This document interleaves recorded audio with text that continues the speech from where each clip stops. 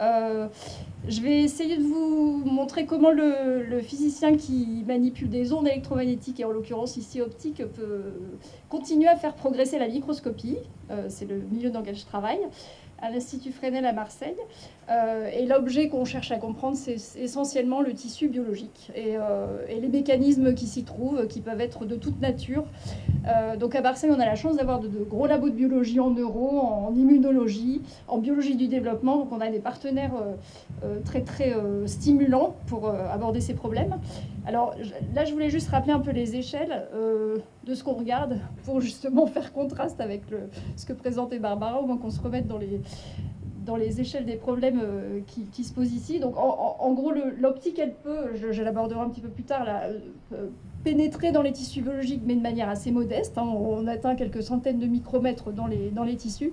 Et la résolution, bah, c'est la longueur d'onde sur 2, en gros, grossièrement, dans un microscope. Donc c'est quelques centaines de nanomètres. Et bon, c'est évidemment des résolutions extrêmement intéressantes, et c'est pour ça que les gens continuent à développer des microscopes optiques. Ce qui est le plus attirant dans l'optique par rapport à ce que fourniraient des microscopes encore plus résolus, c'est qu'on peut regarder les milieux dans des conditions qui seraient celles du vivant, c'est-à-dire qu'on peut regarder les processus biologiques, les protéines interagir de manière naturelle, le plus proche du milieu biologique donné, c'est-à-dire le tissu lui-même. Et il y a tout un champ qui exploite l'imagerie optique, qui est la biologie du développement, dans lequel on a réellement des modèles qui permettent de comprendre des processus biologiques à leur naissance. Donc voilà par exemple un exemple de tissu, c'est des neurones qui se connectent entre eux, qu'on peut regarder éventuellement en live. Le propre de cette image, c'est que ça a été fait sur une tranche de tissu. C'est quand même pas des neurones qu'on regarde dans un cerveau même humain. Il y a des conditions assez drastiques quand même pour le microscopique actuellement, qui est de transformer l'objet en quelque chose qui va pouvoir être observé. Alors pourquoi ça reste compliqué en optique et vers où on va justement pour essayer de dépasser tout ça? C'est parce que le tissu est complexe. Donc ça, c'est un tissu biologique un peu imagé, mais en gros, il contient des structures qui vont être d'indices un peu différents, d'indices optiques pour les longueurs d'onde de l'optique, hein, donc qui sont du visible jusqu'au proche infrarouge. On a des cellules qui sont des tailles de quelques micromètres qui vont être capables de transformer la propagation de la lumière. À l'intérieur des cellules, des structures également complexes qui sont plus à l'échelle moléculaire. Et finalement, l'échelle qu'on veut comprendre, nous, c'est l'échelle des protéines. C'est là que les biologistes posent les réelles questions. Comment est-ce qu'elles interagissent entre elles? Comment le virus va pouvoir pénétrer dans une cellule? Par quel type d'interaction? Comment on peut éventuellement bloquer ces interactions à des échelles vraiment amont? Ça se pose à l'échelle de la protéine. Alors comment, au départ, les images les plus frappantes ont été faites, c'est en allant coller sur ces protéines des émetteurs optiques, qui sont des petites molécules, là, qu'on regardera de plus près tout à l'heure. Mais en gros, c'est elles qui nous rapportent le plus souvent ces informations sur les processus de ces protéines. Et pourquoi c'est intéressant? Parce qu'on peut aller cibler des protéines particulières avec des molécules ciblées. C'est-à-dire qu'on va regarder le processus d'une protéine type qu'on veut comprendre au sein d'un tissu, par exemple. Donc les images, elles sont assez formidables, c'est assez magnifique. On peut coder dans des couleurs différentes parce qu'on va aller attacher des petites torches de longueur d'onde différentes, des types de molécules différentes. Donc ici, on voit des noyaux cellulaires, donc c'est plutôt de l'ADN qu'on va aller cibler. On voit des filaments, là, qui sont des filaments importants pour les développements des tissus, l'intérieur, le cytoplasme en rouge. Tout ça, c'est assez bien maîtrisé dans des voies assez standards de l'imagerie en biologie. Et tout labo de biologie a aujourd'hui son microscope confocal ou wide field optique en fluorescence. Et la fluorescence, c'est justement ce qui permet de cibler des protéines données. Alors, qu'est-ce qu'on fait justement? On va les coller sur ces filaments, là, par exemple, des émetteurs optiques. Et ceux-ci sont nos sources de lumière. Alors, ce qui a considérablement progressé pour la biologie, c'est qu'on n'est plus obligé d'insérer des molécules qui vont être potentiellement toxiques pour les tissus, qui vont être pour le coup fixées et ne vont plus ressembler à des conditions du vivant. On peut également aller encoder de la lumière dans des tissus qui vont être en développement, vivants, ou même au niveau neuro, par exemple. Et ça se fait en allant encoder la lumière dans des petits chromophores qui vont se trouver dans des protéines elles-mêmes. Donc cette protéine, par exemple, qui est la graine fluorescente protéine, qui a été d'ailleurs valu un prix Nobel, hein, et a été extraite d'une méduse en côte américaine, côte ouest, et en allant chercher son codage de l'ADN, hein, son codage génétique, en allant l'insérer dans d'autres protéines, on peut faire développer des protéines elles-mêmes fluorescentes dans des organismes, donc par exemple des mouches. La mouche, c'est quelque chose de particulièrement intéressant pour les biologistes parce que c'est des systèmes du développement peu chers. On peut acheter des lignées génétique transformée bon, comme on veut, contrairement à ce qu'on fait chez la souris, par exemple, qui est bien plus compliqué. Donc ces codages génétiques de la lumière sont extrêmement riches parce qu'on peut regarder un tissu en développement qui garde de manière localisée les protéines données avec ce code de lumière. Alors, ce qui est intéressant pour nous, physiciens ou opticiens, c'est que ces émetteurs de lumière, en fait, sont assez efficaces.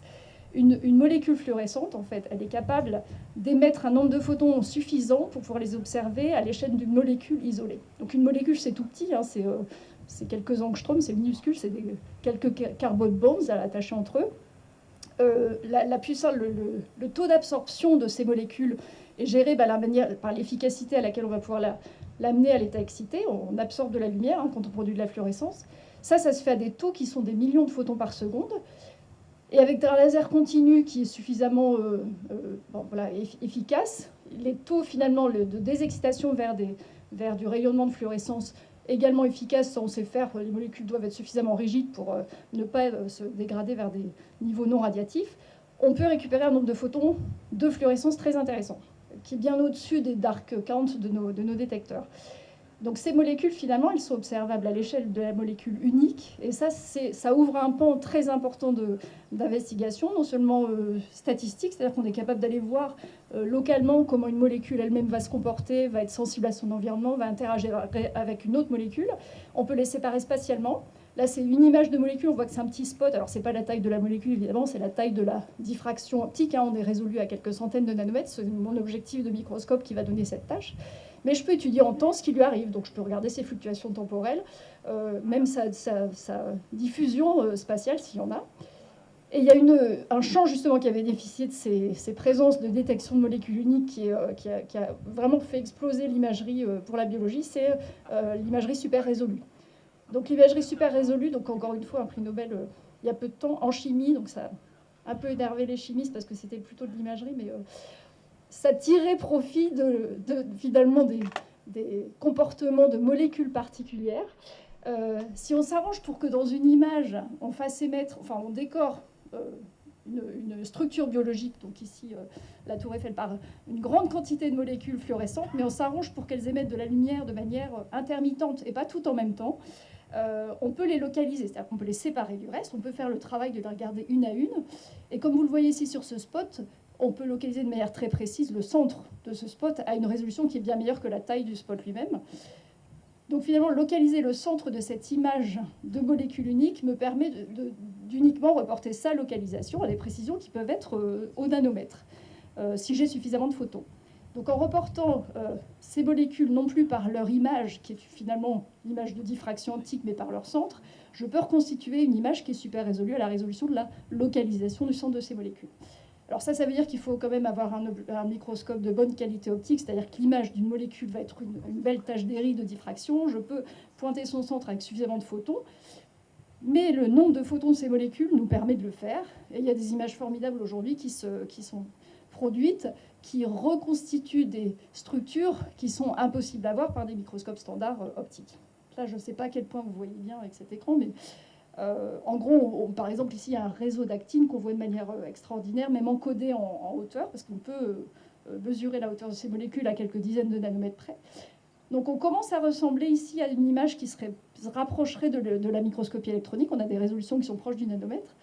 En revanche, ce sont des tissus, enfin des cellules ici biologiques, qui n'ont pas bougé dans le temps. Pour reconstituer cette image de clignotement, il me faut un objet qui ne va pas bouger sur des dizaines de milliers d'images, parce qu'il se trouve que c'est ce qui est nécessaire à faire pour reconstituer cette image de fluorescence.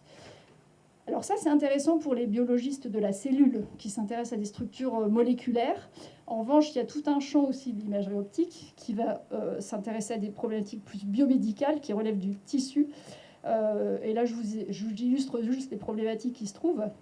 C'est un autre champ, c'est-à-dire qu'on va commencer à chercher à faire propager de la lumière dans des profondeurs un peu plus importantes, de récolter des informations également spécifiques. Donc il y a tout un champ de l'optique qui commence à s'intéresser à essayer de développer plutôt des systèmes d'endoscopie pour aller de manière plus profonde dans l'information neuronale, par exemple, mais également de faire du diagnostic sur des tissus de manière optique et non plus par les méthodes traditionnelles qu'on connaît dans les hôpitaux. Alors les problèmes qui se posent pour l'optique là, c'est même plus la résolution, c'est la propagation de l'information. Il se trouve que dans un tissu biologique, au bout d'une centaine de micromètres, les rayons optiques vont commencer à être perturbés par un phénomène fondamental qui est la diffusion de la lumière par les particules, donc c'est la diffusion de μ, qui va détourner les directions K de propagation de l'échamp optique. Ces structures-là, c'est tout simplement les cellules, qui sont d'indices un peu différents du reste de la matrice du tissu. Et donc, à quelques centaines de micromètres, j'ai juste un effet d'aberration optique, c'est-à-dire une déformation de ma belle tache gaussienne de focalisation. En revanche, à 1 millimètre, ce que je vois, c'est de la diffusion complètement aléatoire des rayons optiques. Donc là, l'imagerie devient évidemment beaucoup plus challenging. En revanche, il y a une solution pour aller contourner ce problème, c'est d'aller travailler à des longueurs d'onde qui sont le plus dans l'infrarouge possible. Et c'est ce qui a développé, ou en tout cas créé un engouement réel pour tout ce qui est l'imagerie non linéaire. Donc là, je vous le mentionne juste ici, ça ne va pas être le corps du talk, là, mais c'est quand même un champ qui est important parce que le fait d'aller pousser un peu plus dans le proche infrarouge ces longueurs d'onde, mais de faire en sorte qu'on excite les molécules plus par un photon, mais par multiples steps de photons, fait qu'on va générer également d'autres phénomènes optiques. Et là, je parle de phénomènes qui sont des phénomènes cohérents, c'est-à-dire que je vais créer des fréquences multiples de mes excitations optiques. Donc ça se passe dans les atomes, mais il se trouve que ça se passe aussi dans les molécules. Et de manière intéressante, ça se passe dans les molécules aussi biologiques de manière intrinsèque. C'est-à-dire qu'il n'y a plus besoin d'aller coder des petites molécules fluorescentes dans mes tissus biologiques. Ce sont des phénomènes qui sont non résonants, ça c'est de la diffusion optique multiphotons. Et alors il y a tout un champ qui est plus récent, qui est particulièrement intéressant, c'est celui de... J'ai perdu mon pointeur. C'est celui de la microscopie non linéaire vibrationnelle. C'est-à-dire qu'ici, je vais mélanger des fréquences dans mon milieu optique, mais dans ce mélange, je vais aller toucher des résonances, qui sont des résonances à beaucoup plus basse fréquence, qui sont des résonances vibrationnelles, qui, elles, si j'allais les chercher avec des longueurs d'onde optiques, nécessiteraient des longueurs d'onde de dizaines de micromètres. Mais là, je bénéficie de cette résonance par différence de fréquence dans des régimes qui sont abordables pour la microscopie et qui me permettent de mettre en évidence ces spécificités résonance vibrationnelle. Alors pourquoi c'est intéressant? Parce qu'en fait, elles sont...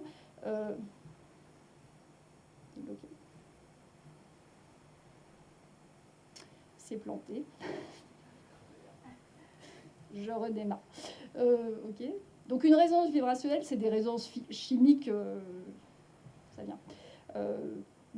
Du type, par exemple, H2O, chez CH2, c'est-à-dire ces molécules dont les ions vont commencer à... Vous voyez quelque chose, là? Très bien. Ça revient. C'est peut-être le fil. Ça va, là? Donc voilà ces résonances vibrationnelles, qui sont intéressantes pour l'optique parce qu'elles sont spécifiques. C'est-à-dire si je vais aller chercher une résonance donnée, je sais qu'elle correspond à un type de vibration donnée dans mon milieu biologique. Et il y a des vibrations importantes en biologie que sont par exemple les lipides. Les lipides, c'est tout ce qui entoure nos cellules.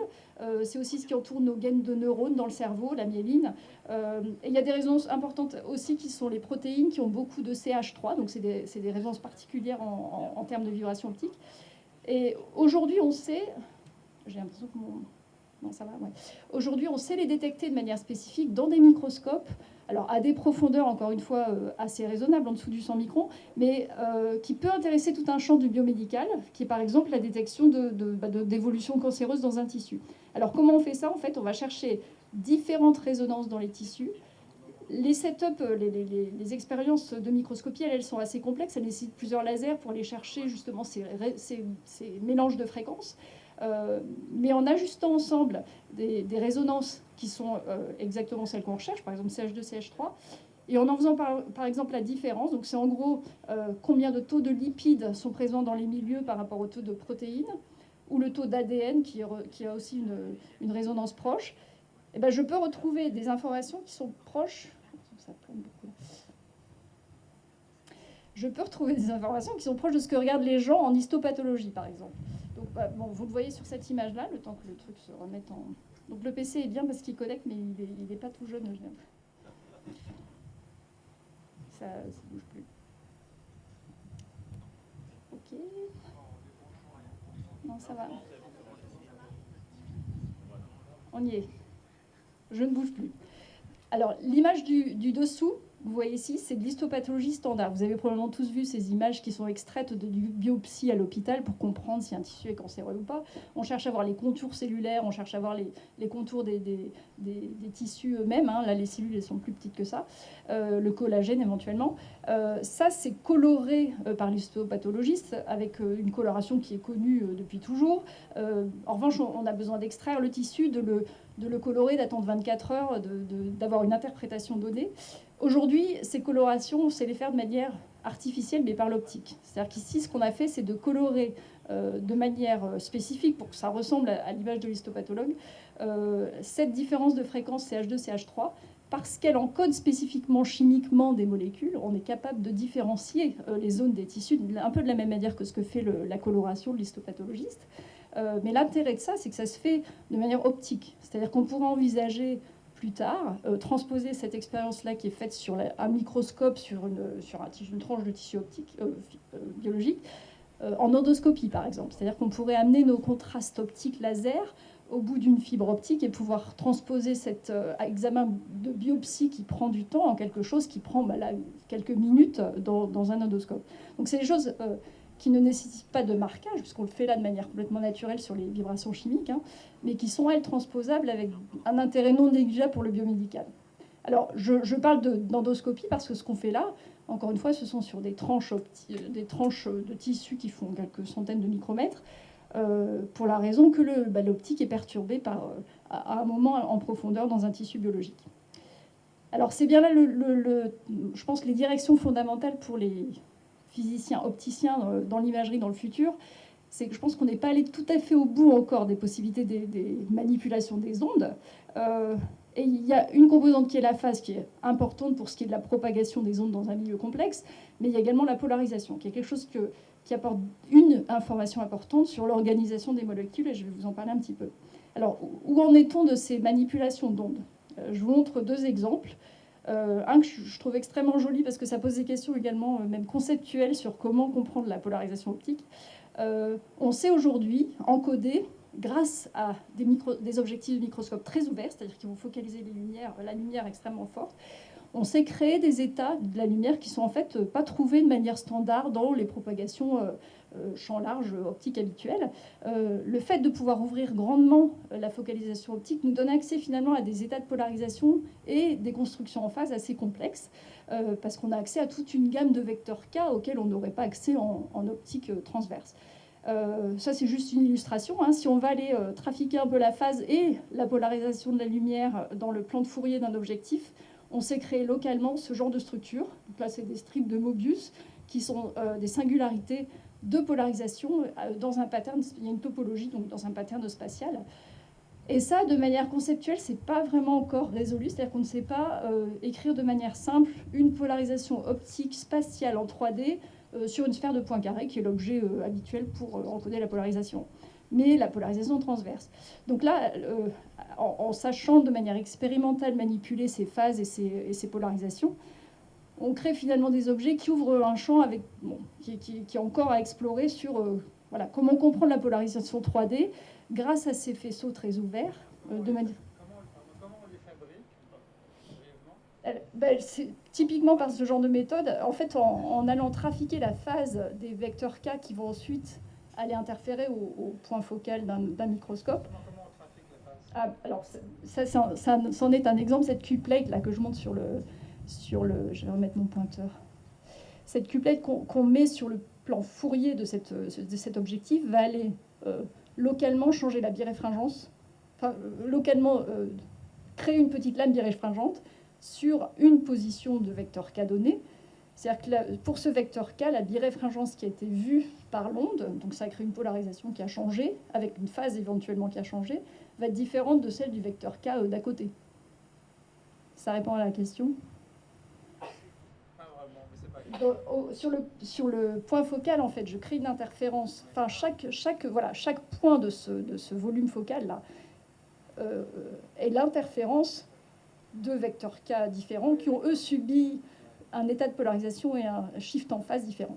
Donc je reconstruis un état interférentiel polarisé dans ce volume focal où chacun de ces points focaux a subi une interférence entre des vecteurs K qu'on a manipulés. Donc voilà. Donc il y a un champ en microscopie qui est intéressant ne serait-ce que pour aborder ces problématiques de polarisation. En fait, c'est le pointeur. Je vais enlever le pointeur parce que je pense que c'est ça qui coince. C'est planté encore. Ok, donc alors ça c'était jouer sur la phase à la polarisation. Déjà, la propagation de la lumière n'était pas très robuste au-delà des 100 microns. Ça, c'est robuste de jouer Non. Là, je parle vraiment là, je suis retournée dans la physique, là. Je ne suis pas dans les milieux biologiques. Non, par contre, je vous parle des outils. Alors justement, on travaille sur la question comment faire en sorte que ce genre d'objet se propage de manière assez robuste dans les milieux diffusants. C'est possible, il y a des directions, j'y viendrai, si j'y arrive, parce que Ok, on va y venir. Alors après, si on s'intéresse à... Alors là, c'était polarisation et phase, en l'occurrence. Hein. Je vais vraiment trafiquer l'état de polarisation en amont de cette focalisation. Mais la phase elle-même a un intérêt. Et dans les milieux diffusants, on sait qu'il y a un champ qui est actif et encore ouvert. Je ne sais pas quoi faire avec mon truc, là. Ça va venir. Il n'aime pas le pointeur laser, le PC. Je crois que je vais... Il y a un fil ? Non, pas de fil. Pas de fil du tout. Mais...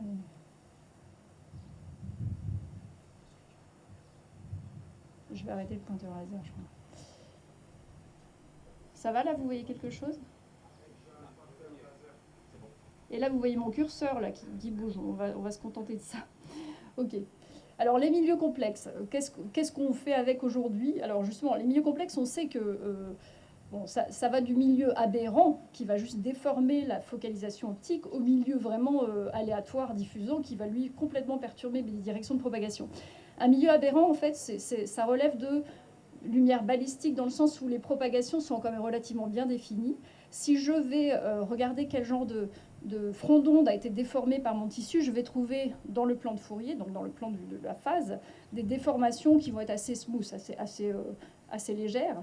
En revanche, si je vais regarder comment un milieu diffusant perturbe la lumière en phase, je vais y avoir un pattern complètement aléatoire de phase. Donc ça ne se gère pas pareil. Donc le milieu, ce qui relève de la déformation balistique, c'est les 100 premiers microns, et la suite, c'est au-delà de 100 microns. Alors les 100 premiers microns, en fait, c'est un champ qui existe depuis longtemps, hein, qui a été piqué à l'astronomie, qui est celui de l'optique adaptative, où là, l'idée, c'est juste de regarder comment mon milieu optique, mon milieu déformant, a perturbé le front d'onde optique. Donc ça se fait par des mesures de front d'onde ou par des corrections intrinsèques de front d'onde, avec des outils technologiques qui sont des miroirs déformants, qui vont, eux, déphaser de manière contrôler la lumière à des positions données du plan de Fourier de cet objectif. Donc ça, c'est quelque chose qui marche très très bien, même en microscopie pour la biologie, où là, l'idée, ça va être de provoquer des feedback loops qui sont, je veux focaliser à un endroit la lumière qui a été, elle, affectée par cette déformation optique. Si j'optimise mon signal, qui peut être de la fluorescence à cet endroit-là, grâce à une modulation de ce front d'onde, je vais optimiser ma focalisation et donc améliorer ma qualité d'image. Donc ça se passe plutôt bien. En revanche, ça reste vrai dans la limite de l'optique balistique. En revanche, quand je commence à regarder un milieu diffusant, ce que je vois, c'est un speckle. C'est-à-dire je propage au travers d'un milieu une lumière qui, au départ, d'une phase assez bien définie, mais qui va être aléatoirement distribuée au fur et à mesure. Et l'image que je produis, si je regarde de l'autre côté, c'est une espèce de répartition aléatoire de zones sombres et de zones brillantes, qui s'appelle un speckle, où chaque zone correspond à l'interférence de tous les champs qui ont propagé au travers de ce milieu et se sont retrouvés à ce point donné. Interférences qui sont aléatoires. Donc là, il se trouve que je peux parler de mode également, sauf que là, j'ai un nombre de modes gigantesques dans un milieu, parce que justement, j'ai mélangé cette phase plane ou sphérique au départ, de manière aléatoire, mais sur un milieu qui ne bouge pas dans le temps. C'est déterministe. Et alors, il se trouve que parce que c'est déterministe, on peut le manipuler. Donc, il se trouve qu'ici, finalement, si je peux maîtriser mon front d'onde à l'entrée, je peux même maîtriser le pattern en sortie de cette image optique. Donc, c'est un champ qui a été très, très successful, en fait, qui a été développé déjà au début des années 2000.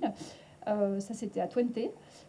Où l'idée, c'est finalement, je regarde ce speckle, mais si je décide d'augmenter l'intensité optique de l'autre côté de mon milieu diffusant en allant moduler le front d'onde, donc les vecteurs K, de manière séquentielle ou aléatoire, je vais parvenir à remettre en phase tous ces champs pour ce point donné, alors qu'ailleurs ça va être optimisé, et donc recréer un point focalisé. Donc en gros, même si le milieu est aléatoire et perturbe fortement la propagation optique, j'ai moyen, grâce à la maîtrise de la phase de ces champs, avec un nombre de modes suffisant, c'est-à-dire qui est proche du nombre de modes de mon milieu quand même, je vais être capable de renforcer la lumière à cette position donnée.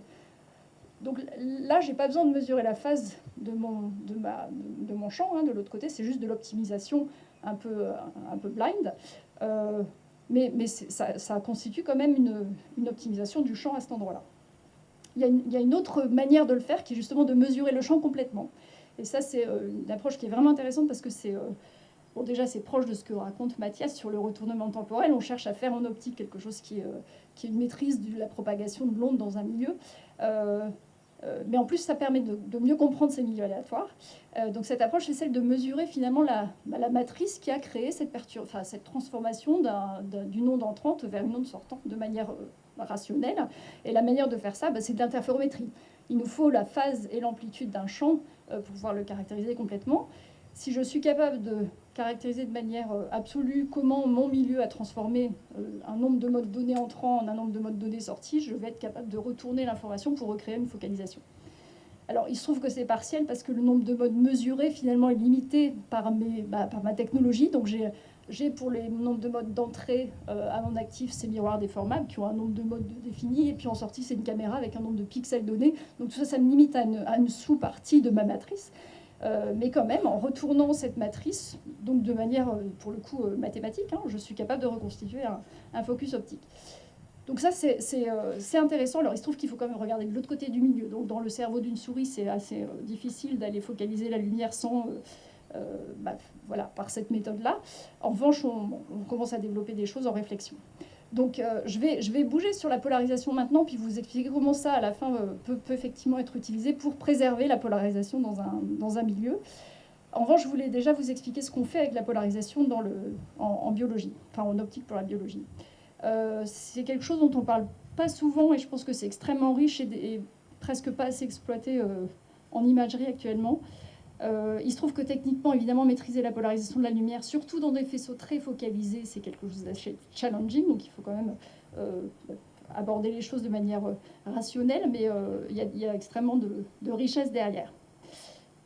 Donc je reviens à cette polarisation de la lumière. Alors pourquoi elle nous intéresse en fait? Parce qu'il y a toute une information sur ces images optiques que vous voyez là par exemple sur la gauche, qui est un peu ratée quand on regarde ces images à cause justement de cette résolution qui vient flouter un peu l'image et qui fait que finalement, même à une résolution que serait celle de la super résolution, on raterait ce qui se voit en microscopie électronique ici, qui est l'organisation de ces tissus biologiques.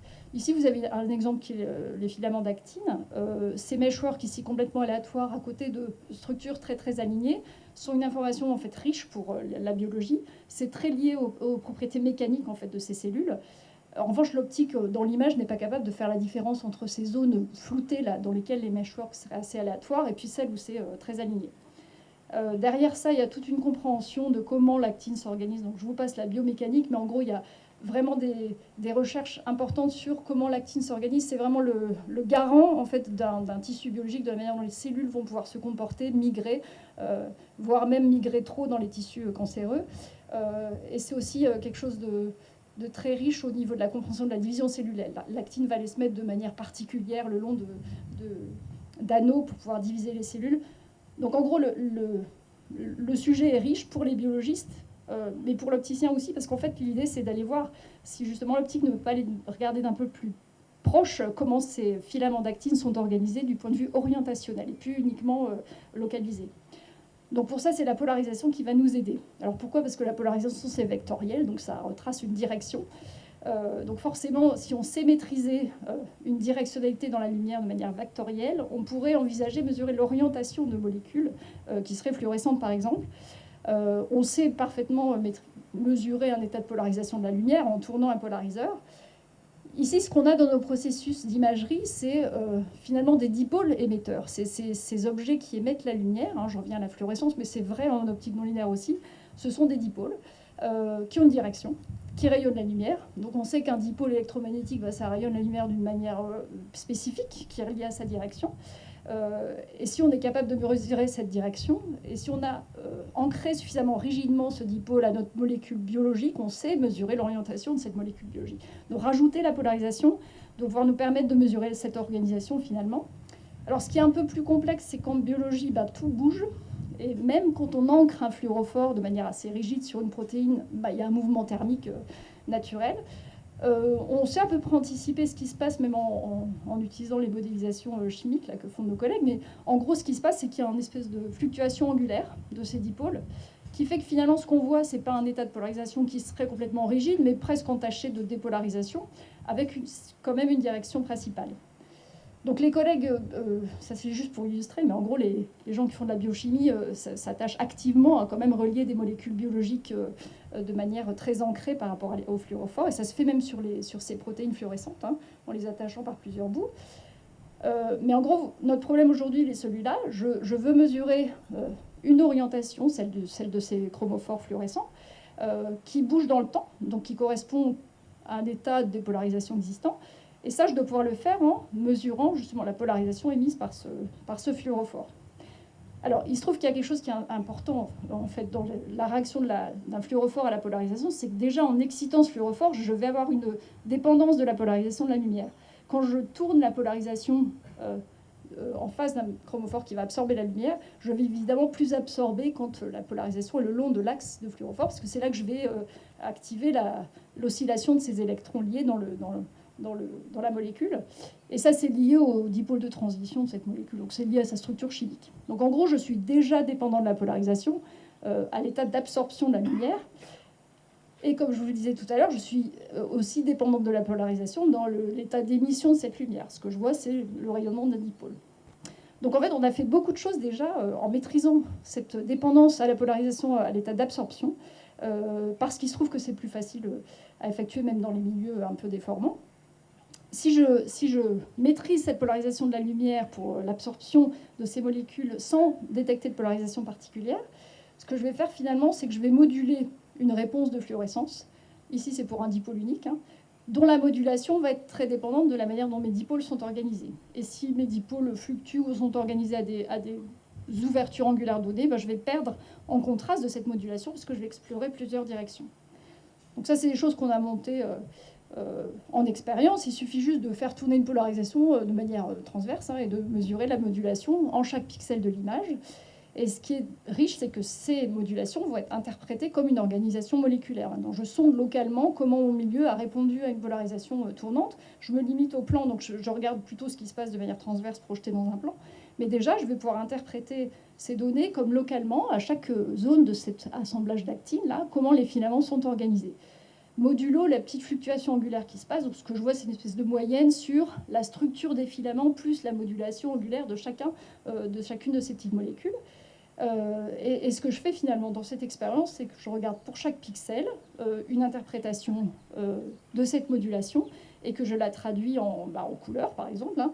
Quel est l'angle équivalent de tous ces fluorophores? Là, je ne suis pas encore en molécule unique, hein, à ce pixel-là.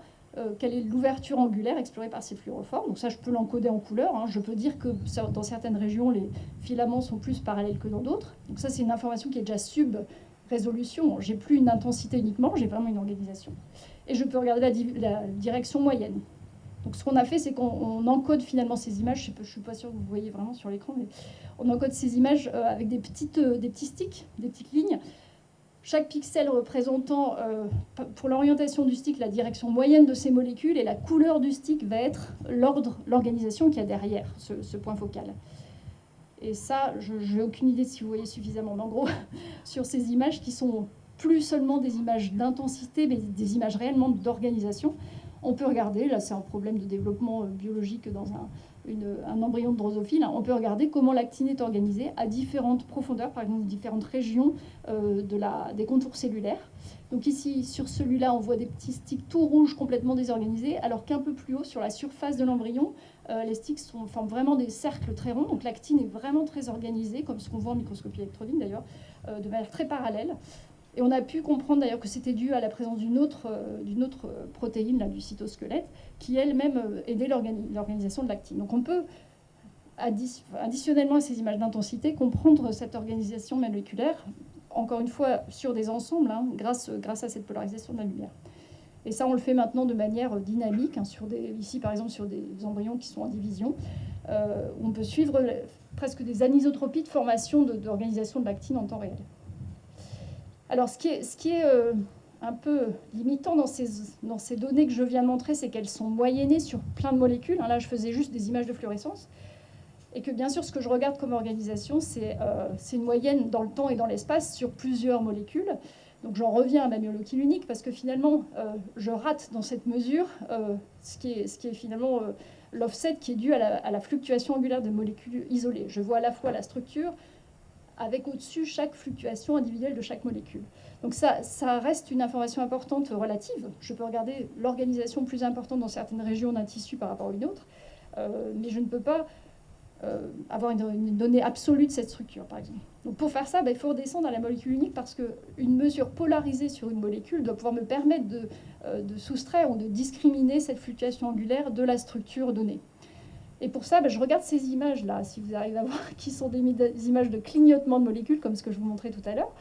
Je vais aller chercher l'information polarisée par molécule, en fait. C'est ça l'idée. Et puis, évidemment, reconstruire des images super résolues, comme ce que je vous montrais tout à l'heure. Donc, je vous passe ça.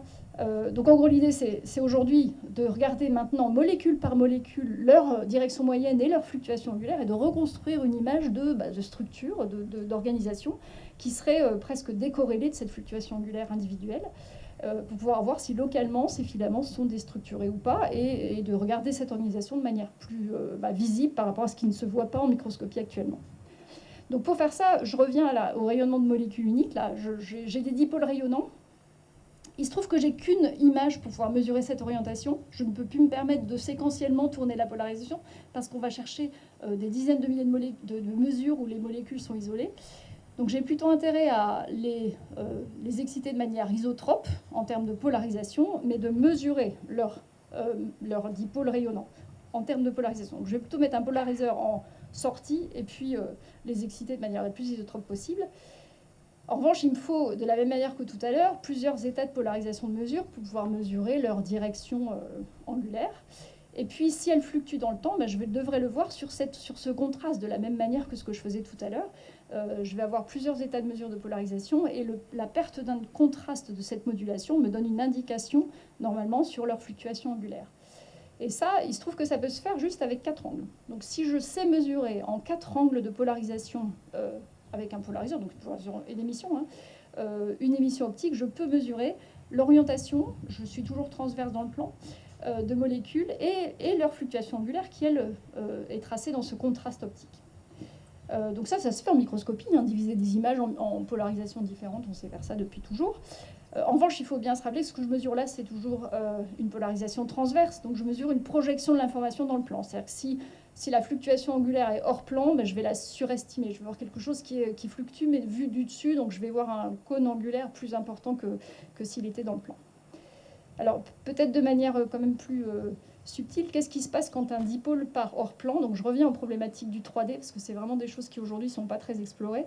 Il se trouve que l'information pour un dipôle d'une orientation hors plan, donc le long de la propagation optique, ce n'est pas des choses qu'on sonde d'habitude, mais il y a de l'information, et elle se trouve, cette information, pas dans l'image, elle se trouve dans le plan focal arrière d'un objectif. Quand un dipôle rayonne comme ce que vous savez tous en électromagnétique, probablement, ça rayonne comme un donut. J'ai des champs optiques qui se propagent plutôt perpendiculairement au dipôle. Si je mets ce dipôle dans le plan, je vais avoir une structure dans le plan focal qui va être plutôt polarisée le long du dipôle, mais plutôt qui ressemble à ce pattern de diffusion en dipôle, mais projeté dans le plan. En revanche, si le dipôle part hors plan, la lumière elle va aller plutôt sur les bords, de manière homogène, sur les bords de ce plan de Fourier.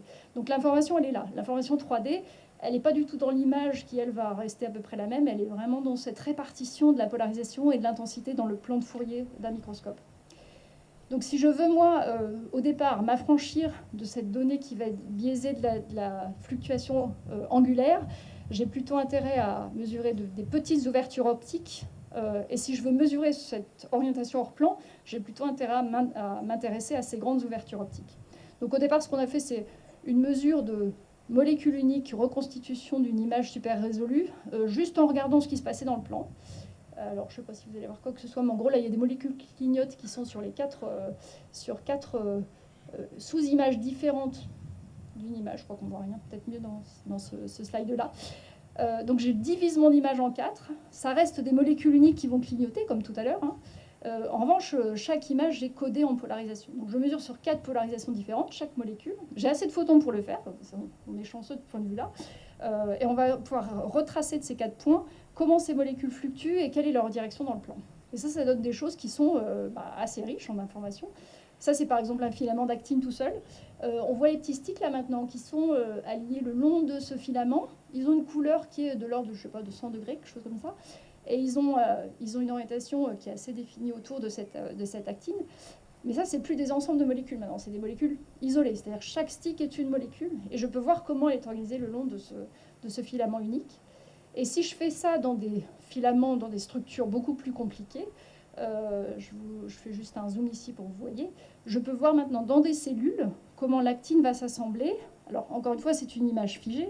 Je collecte une grande quantité d'images pour la reconstruire, mais je peux localiser ces molécules à moins d'une dizaine de nanomètres près, tout en voyant son orientation à la fois moyenne et en fluctuation. Donc je sais dire quand est-ce que ces fluctuations me semblent importantes, quand est-ce que la direction est vraiment la même sur plusieurs de ces molécules le long d'un filament, par exemple. Donc ça, c'est une quantité de filaments importants qui s'est mis visiblement de manière extrêmement parallèle, alors qu'ici, c'est plutôt désorganisé. Alors il se trouve que ces deux types de fibres sont différentes pour la mécanique de la biologie, donc ça, je ne vais pas aller dans les détails. Mais ce qui est intéressant dans cette approche où, ici encore, je projette tout en 2D, c'est que toute valeur importante de la fluctuation est en fait le reflet d'une molécule qui s'est plutôt orientée hors plan, parce que je vois son cône de fluctuation de dessus. Et ça nous permet de diagnostiquer la présence d'orientation hors plan également de ces filaments. Donc je vois par exemple sur les bords, les fronts de migration de cellules, il y a aussi des populations hors plan, dans les grosses fibres de stress qui se forment dans des cellules.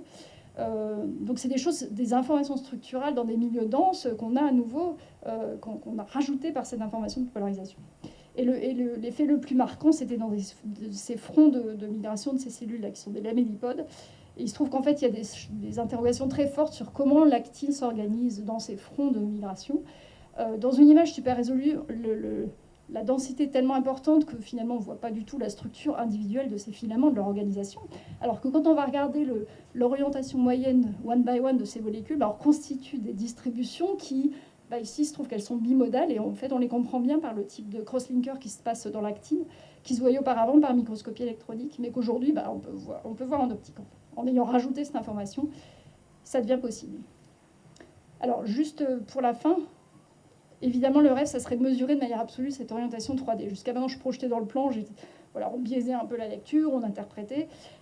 Comment faire pour réellement mesurer cette orientation 3D longitudinale ? Il faut aller dans le plan de Fourier.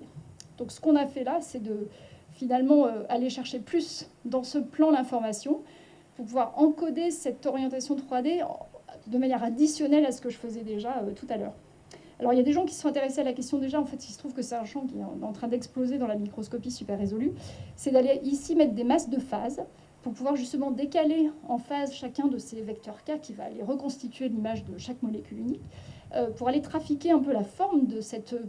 On appelle ça une PSF, une Point Spread Function, donc manipuler la forme de cette tâche qui est une tâche d'Airy un peu gaussienne habituelle pour faire en sorte que sa forme soit le reflet de l'orientation. Donc il y a des gens qui s'y sont collés, qui ont essayé de mettre des bases de phase très très tordues, optimisées pour des métriques données. Il se trouve que ces PSF, là, ces formes de tâches de molécules uniques, elles sont tellement élargies et tellement complexes à analyser que ce n'est pas idéal du point de vue de l'analyse des données et surtout de la reconstitution d'une image super résolue. Nous, ce qu'on a fait, c'est qu'on est allé voir plutôt du côté des gens qui faisaient la théorie du signal de la polarimétrie. Donc c'est un groupe d'opticiens à Rochester qui s'est intéressé à ça. qui avait développé un polarimètre, donc une manière de mesurer l'état de polarisation de la lumière en allant encoder encore une fois, dans le plan de Fourier, une information en biréfringence et en phase, qui ressemble un peu à la lame que je vous ai montrée tout au début, là, qui encodait ces strips de Mobius. Il se trouve que cette lame, en fait, si je la fais traverser un système optique dans lequel j'ai créé un état de polarisation donné, elle va créer finalement une PSF, donc une tache focale qui va avoir une forme qui est très petite, qui est juste 2 fois la taille de PSF standard de diffraction, mais qui peut encoder de manière complètement optimale et non ambiguë l'état de polarisation de la lumière, à la fois en ellipticité, ça on s'en fiche un peu pour les molécules, mais en dépolarisation et en direction moyenne. Donc ça, on l'a fait en microscopie. On a créé un système où on voyait 2 images d'une PSF, donc il faut quand même les polariser gauche et droite circulaire. Ça, c'est technique. Mais en gros, on peut imaginer que, comme source, on a ce dipôle unique et qu'on va aller trafiquer son image optique, de manière à ce que ce qu'on voit là, c'est encodé en polarisation. Donc ce qu'on voit, en fait, ici, je ne peux pas trop manipuler mon film, mais en gros, c'est une tâche qui va changer suivant à la fois la position de ce dipôle et son orientation 3D. Et la lecture, en fait, se fait de manière non ambiguë, parce que finalement, cette tâche correspond à une projection sur les positions dans la sphère de Poincaré. Donc, toute tâche, je vais le montrer plutôt ici, se décompose sur une base, et chaque base est un axe de cette sphère de Poincaré qui me sert à mesurer la polarisation de ma lumière standard. Sauf qu'ici, c'est plus une sphère de Poincaré, c'est une hypersphère qui code aussi pour la polarisation 3D, en fait. Donc, il faut rajouter une autre dimension qui est la dimension Z. Donc, c'est un peu plus compliqué que la sphère de Poincaré. Mais en gros, on encode les choses de manière non ambiguë sur une base qu'on peut traiter. Et donc, ça, on sait le traiter maintenant dans des images ici de molécules uniques où on sait regarder en 3D comment les molécules sont orientées et sont positionnées. C'est quelque chose d'assez important aussi pour la microscopie super résolue.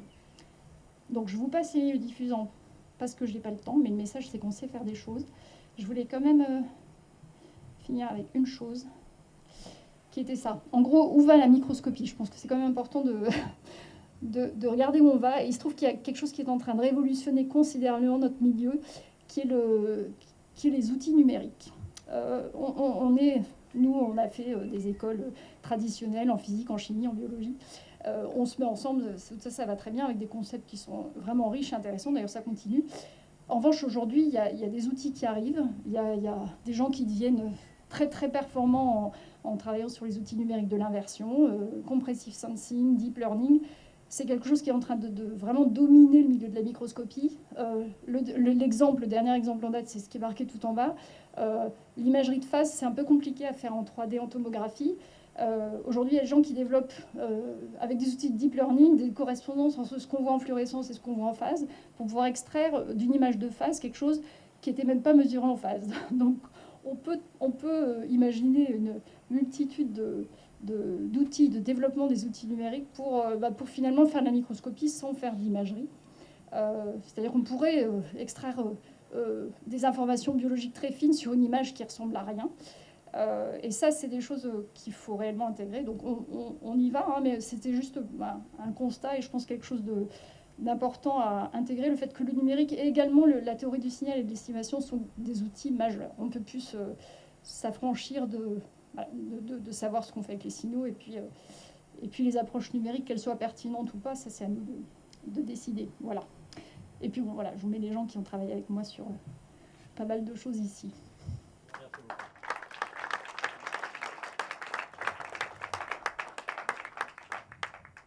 Merci beaucoup Thomas. Bonjour, c'est super ce que tu as présenté là et j'ai deux questions. La première, c'est le transfert d'énergie dans les systèmes doit perturber un peu tes résultats s'il y en a dans le système biologique quand tu utilises des marqueurs. Ça, c'est la première chose. En infrarouge, ça a lieu aussi. Tu parles de transfert type ce qui soit dans les systèmes photosynthétiques, ces choses-là? Oui, le transfert d'énergie de type Förster, dipôle. Ouais. Et dans l'infrarouge, ça marche très bien aussi, contrairement on a oublié ça un peu, parce qu'on fait ça dans le visible, je veux dire la communauté. Et est-ce que ça peut perturber la résolution et l'information que tu extrais? Ça, c'est la première question. Et la deuxième question, c'est par rapport à ce que tu viens de présenter à la fin. Là, il y a de l'imagerie maintenant qui permet de voir à travers, par exemple, un beurre frité qui pense nous protéger de l'information qu'on va extraire, on peut extraire une image très nette de quelqu'un qui est caché derrière un coin grâce au système numérique, juste par toute l'interférence et la reconstruction de l'image. Est-ce que c'est ça que tu essaies de faire dans le point que tu faisais, c'est ce genre de technique? Alors, ouais, non, ce qu'on cherche à faire, nous, c'est vraiment de continuer à caractériser le milieu sans aller chercher, sans aller deviner par des méthodes deep learning ou autres ce que peut faire le système, parce qu'on n'est pas complètement encore convaincu que ces approches deep learning soient complètement pertinentes pour beaucoup de champs d'imagerie. Je pense que le deep learning, ça facilite la vie de l'analyse d'image quand on est dans un contexte très bien défini. C'est-à-dire qu'on sait le type d'image qu'on attend et là ça tourne très bien. En revanche, quand on aborde un milieu qu'on ne connaît pas du tout et qu'on cherche de l'information, pour l'instant, j'en suis loin d'être convaincue. Sur le Forster, alors il se trouve que alors dans l'infrarouge, on parlerait pour le coup de distance plus importante hein, dans le visible, c'est des distances qui restent en dessous même des résolutions de la super résolution, donc effectivement c'est pas quelque chose qui va nous perturber grandement. En revanche là tu parles de longueurs d'onde qui sont presque le double, c'est ça? Oui, de l'ordre de microns, plusieurs microns. Là oui, si tu commences à exciter une molécule dans un coin et que c'est l'autre qui émet et qu'elle a un micron, là on se loupe complètement. Par Cars et tout ça, c'est lié à ça. Alors en Cars, le Forster, le Cars c'est non linéaire, donc c'est spontané, hein, c'est un phénomène qui requiert pas de step. Donc ça ne se passera pas le Forster là-dedans. En revanche, en émission fluorescence, oui, il y a des steps de... Mais par exemple, pourquoi on ne fait pas de l'imagerie en infrarouge, en émission infrarouge? On n'a pas besoin d'exciter, en chauffant, ça émet... Ouais, après, c'est des problèmes de résolution, ça, ouais, effectivement. L'infrarouge, ça te pousse vers des résolutions moindres. Quoi. Je pense que c'est ça le... Il y a tout un champ de l'imagerie infrarouge qui se crée dans le creux de l'absorption des tissus, autour de 1 micron 3, 1 micron 7, en multiphotons, effectivement 3 photons, ça marche, ça commence à être assez performant. Bon, les lasers, faut s'équiper de lasers non négligeables, mais oui, ça c'est assez intéressant comme domaine. Mais plus loin, c'est un autre champ, ouais, on perd en résolution. Ouais. Il y a une question là, après là et là. Jean-Christophe Charlier, Université du Vin, département très au nord qu'on appelle la Belgique. Au niveau biologie moléculaire, un des grands problèmes, c'est le repliement protéinique. Et toi, tu as montré avec ta technique que tu pouvais reconstruire en fait la structure de la molécule, mais est-ce que tu as des informations sur ce repliement également? Alors le repliement, ça relève, il faut avoir un référentiel déjà, c'est un peu le problème. Donc il y a des choses qu'on est en train de regarder dans des structures où le référentiel est déjà fixé, par exemple les protéines membranaires, sur lesquelles on aurait une membrane plane avec des protéines ancrées type intégrine qui changent de conformation. Donc là c'est complètement le cadre possible, oui. Donc on est en train de regarder les choses d'ailleurs. Parce qu'auparavant, même les repliements 3D n'étaient pas perceptibles en optique. Hein. Donc là, oui, c'est intéressant, c'est sûr. Après, si c'est un repliement en solution ou il faut donner un référentiel quand même à l'optique là. On a besoin de connaître une direction de base pour pouvoir définir une organisation. Ouais, mais, oui. Oui, en cristal. Ou en cristal. Oui, tout à fait, oui. Non, c'est... Moi, je suis professeur à l'école des mines, théorie de la conception, on parlait tout à l'heure. Je trouve très intéressant, mais quand vous êtes arrivé à l'IA, au deep learning, il m'a semblé, donc vous n'avez probablement pas le temps, vous avez traité le deep learning, en gros, comme si on savait exactement ce que c'était. Ouais, c'est pas tout à fait ça, mais c'est pas loin. Voilà. Et au fond, je me demandais si dans vos modèles très très fins de capture des phénomènes, vous ne pourriez pas subvertir le deep learning. Oui, c'est un peu... il se trouve que je crois que le deep learning, ça commence à être intéressant quand on met de la physique dedans, en fait. Par contre, on en est vraiment aux prémices de ça. Mais effectivement, le faire tourner...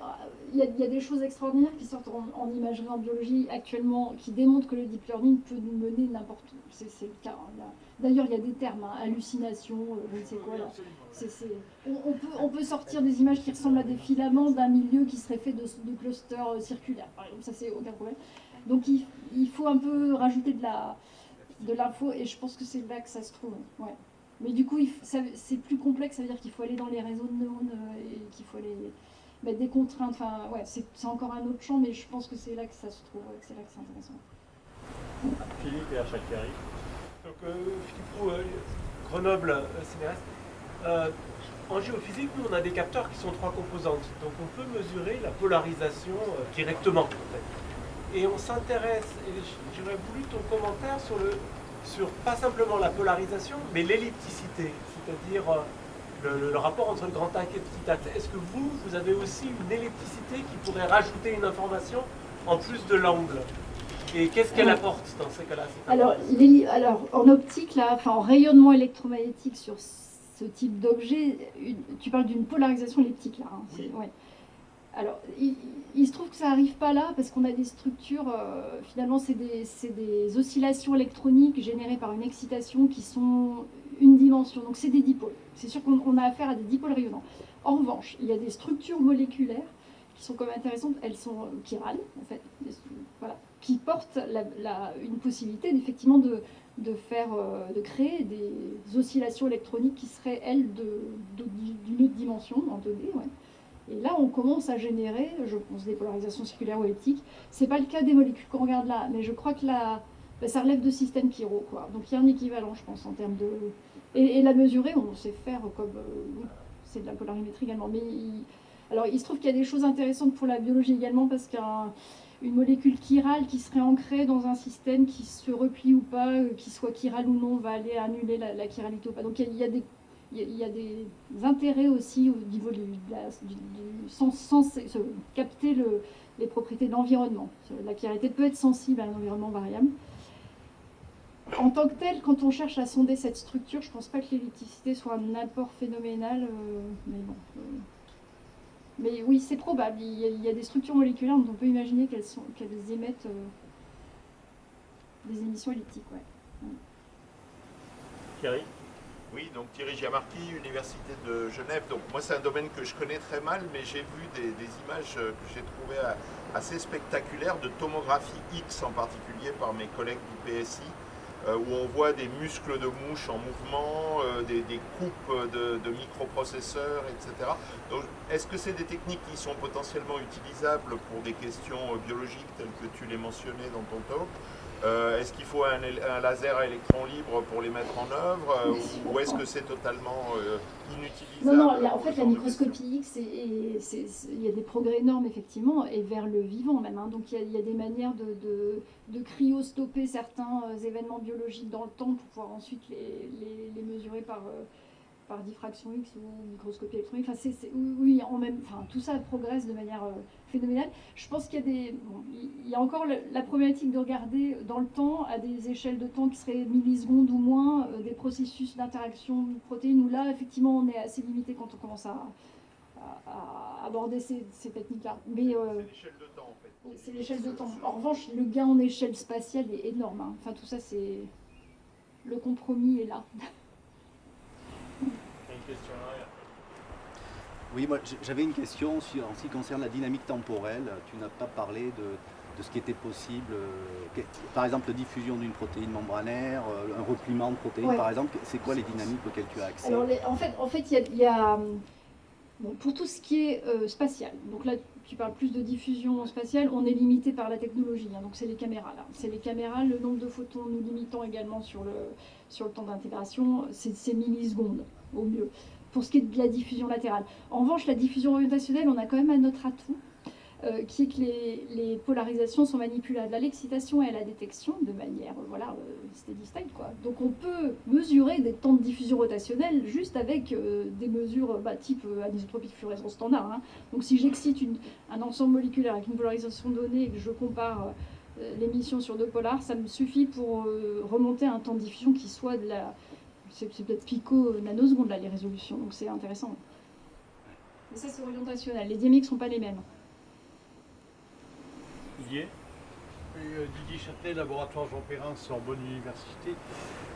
Sur l'imagerie des lamellipores que tu as montré, si j'ai bien compris, c'est des tissus fixés. Oui, c'est fixé. Oui. À quel point tu es loin de pouvoir faire de la dynamique de motilité cellulaire, justement, où tu as envie de voir les réarrangements? C'est un compromis entre la densité de molécules accessibles et le temps qu'on... Ces manipes de super résolution, elles sont transposables en live. Hein. Bon, après, faut savoir gérer le type de protéines qui vont émettre la lumière, etc. Mais on sait détecter des protéines qui diffusent, par exemple, sur quelques secondes, sur des temps assez limités pour laisser d'autres protéines arriver pour pouvoir reconstituer cette image super résolue. Donc le live est accessible. Après, les réseaux nécessaires, la densité de mesure nécessaire va conditionner le temps de mesure, quoi. Et là, c'est des gigas de data. Mais oui, en fait, c'est transposable en live. Ouais. Ouais. Moi, j'avais une toute petite question par cette là, je sais pas dans le deep learning, je reviens sur le deep learning. Dans le deep learning, il y a learning, c'est-à-dire qu'il y a quand même toute une phase d'apprentissage où on doit montrer ce qu'on doit attendre. Je ne vois pas comment on fait du learning quand on ne sait pas ce qu'on va chercher, quoi. Alors, quand on ne sait pas, oui. Alors, les gens qui font du learning, quand ils ne savent pas, évidemment, mesurent d'abord. Alors, il y a quand même l'apprentissage peut se faire sur des images attendues, des structures devinées. Il y a beaucoup de learning qui se fait de manière expérimentale également. Hein. C'est pour ça que je mentionne ça là. Le learning, il peut se faire avec des banques d'images qui sont apprises de tissus similaires sur des données partiellement comprises. Enfin, bon, mais effectivement, il faut un learning. Hein. Et il faut une quantité de learning également suffisante pour être capable de faire les choses correctement. Il faut avoir... Oui. Non, mais je ne vends pas le deep learning. Ok, très bien. Ça sera la conclusion. Mais c'est pas forcément des modèles, c'est ça que je veux dire. Ça peut être expérimental. Apprendre des données sur des échantillons déjà pratiqués. Ouais. Je pense que tout le monde a mérité son déjeuner, les orateurs aussi.